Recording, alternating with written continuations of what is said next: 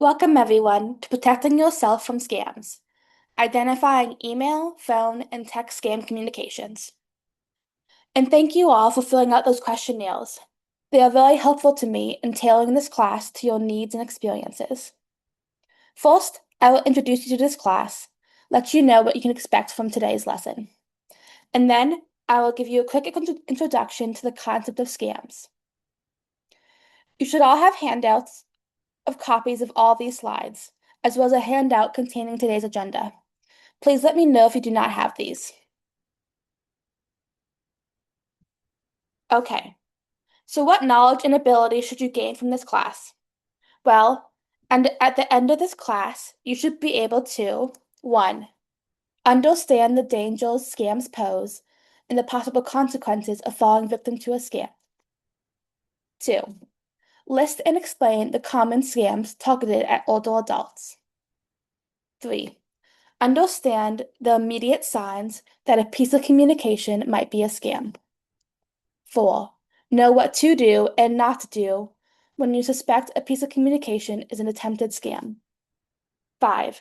Demonstrate the steps for identifying and determining scams attempted over text, email, and phone calls. 6. Discriminate between scam and non-scam communications. And 7. Feel confident in your ability to protect yourself from scams attempted over phone, email, and text.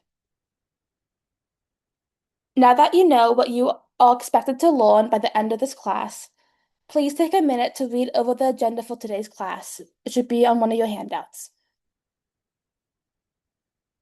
Great.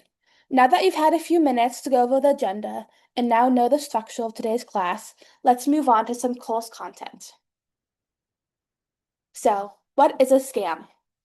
A scam is a dishonest plan for making money or getting an advantage, especially one that involves tricking people.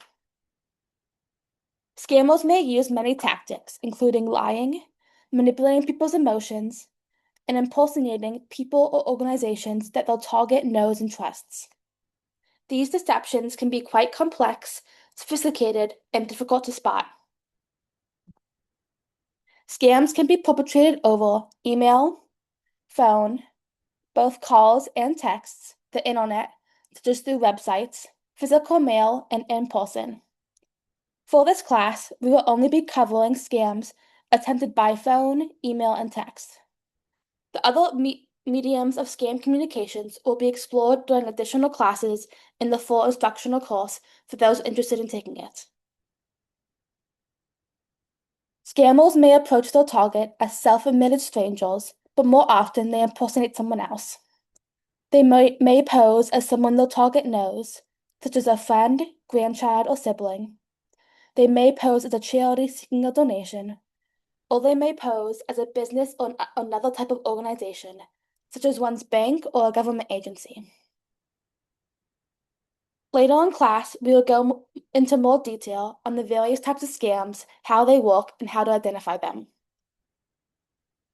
But before we move on to watching some videos, does anyone have any questions?